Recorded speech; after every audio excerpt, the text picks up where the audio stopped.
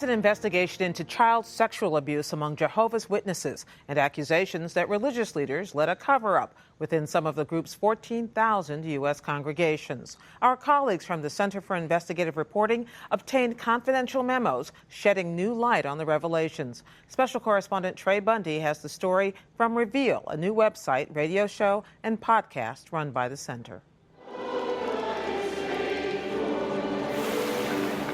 At a convention of Jehovah's Witnesses in California, new members are taking the plunge. At your baptism, you said yes. They're joining more than 8 million members worldwide.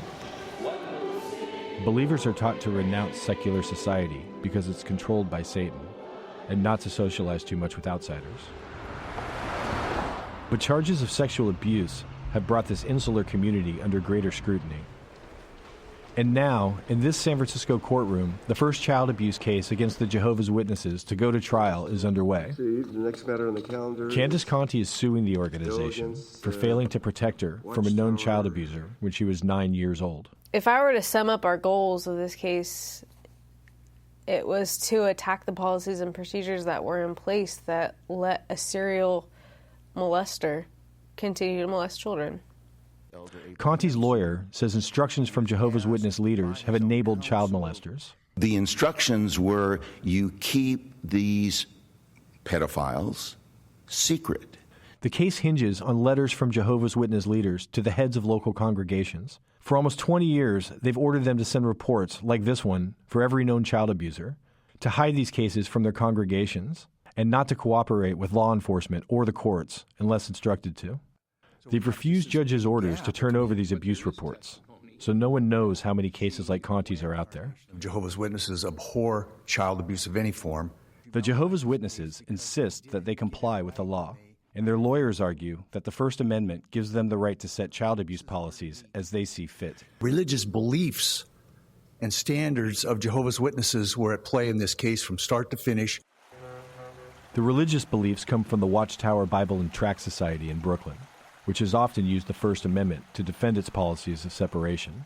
In 1943, it even won a Supreme Court case, arguing that school children should not be forced to pledge allegiance to the flag. May it please the court, James McCabe on behalf of the North Fremont Watchtower lawyers, who refuse to speak with us, are again claiming a First Amendment defense to keep child abuse in its congregations secret. And the elders are counseled in that letter to give special heed to the counsel do not reveal the confidential talk of another. Quoting from the Bible book of Proverbs, chapter 25, verse 9. Candace Conti was part of a Jehovah's Witness congregation in Fremont, California. She was often grouped with adults to go knocking on doors, including this man, Jonathan Kendrick. He was very dominating, very domineering, he commanded a presence. She says Kendrick would take advantage of their time door knocking to find ways to be alone with her. Jonathan Kendrick molested me as a child. I really kind of pushed everything down and tried not to think about it as much as I could. What no one in Conti's family knew was that Jonathan Kendrick had admitted to molesting another child a year earlier. Regarding possible sexual abuse. Michael Clark, an elder in the congregation, was asked about it in this deposition. Do you recall becoming aware of a report of sexual abuse of a child by Jonathan Kendrick? Yes. When did you first become aware of such a report? He had called us to his home to discuss or to confess to an incident with his stepdaughter. Clark never called the police. He followed Watchtower protocol. He wrote to New York headquarters asking how to deal with Kendrick's confession. They told him not to investigate the matter further. Instead, they said, provide him with strong scriptural counsel to avoid a repetition of such a serious offense. We don't make that public to the congregation. That's confidential. The elders did not warn other members that one of their own was a child abuser. And that's the policy and the practice of Jehovah's Witnesses that you learned as an elder, correct? Yes. Clark says the elders told Kendrick not to be alone with children, but he was still allowed to join in congregation activities that included minors. A year later, one of those minors was Candace Conti. And I don't think it ever left. I know it never left me. You know, it's always there. And it was just probably one of those days that, I just felt it. Conti kept quiet about the abuse until years later when she discovered on a sex offender registry that he had gone on to molest another young girl. She decided to sue the Watchtower. I think after I had found that out, I had this sense of guilt. What if I did something? What if I hadn't been such a coward? What if I had done something to maybe protect this other child? I knew he was capable of, but I didn't do anything. And then now look what happened. I drove to Oakley, California, where Kendrick had moved when he left Conti's congregation. I met the girl Conti had found. She agreed to talk to us if we didn't show her face. When I was a little girl, probably about 6 or 7, Jonathan Kendrick had abused me. She blames the Watchtower's secrecy for enabling Kendrick to marry into her family and target her. The family sued the Jehovah's Witnesses. They knew that he had a past, and they kept it from us. When Kendrick moved to the Oakley congregation, no one was told he was a child molester. Not even Roger Bentley, who served as an elder there for 30 years.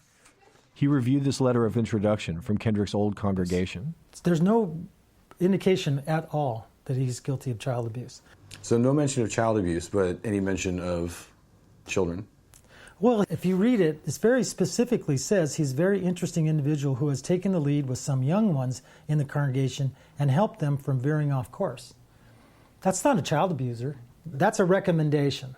That's a very specific recommendation. Oh, relax, he's good with kids. I've spent months trying to interview Watchtower leaders, but they wouldn't talk to me. Instead, they sent a statement saying they comply with reporting laws, they do not shield abusers from law enforcement, and are committed to preventing child abuse. And in one of the dozen lawsuits I've been following, Watchtower supervisor Richard Ash was asked if the organization has a responsibility to protect children from abuse. But within the congregation, ours is a spiritual protection. When we're talking about physical protection, that's up to the secular authorities to provide. And so he was asked about the Watchtower's Bible-based directives to keep child abuse cases confidential. It states in paragraph 3, there is a time to keep quiet when your words should prove to be few. Do you see that? Yes, sir. Mr. Joe, object to that. It's a violation of the First Amendment, freedom of religion, freedom of association. The courts continue to grapple with the question, should freedom of religion outweigh the responsibility to protect children?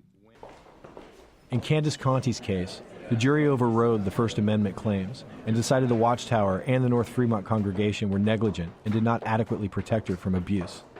Kendrick maintains he never molested her.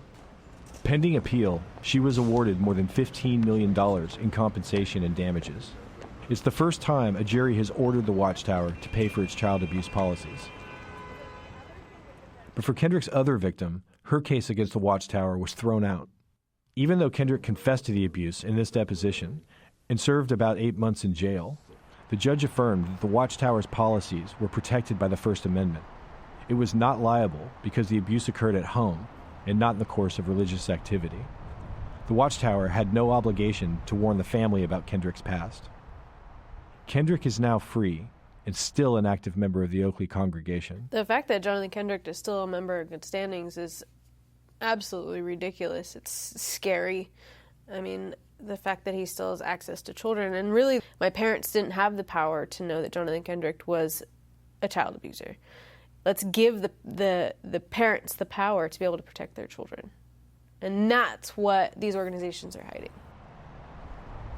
Despite the huge verdict against the Watchtower, the organization is sticking to its policies. In fact, it just released another confidential memo reminding elders to keep quiet about child abuse. I'm Trey Bundy from Reveal for the NewsHour.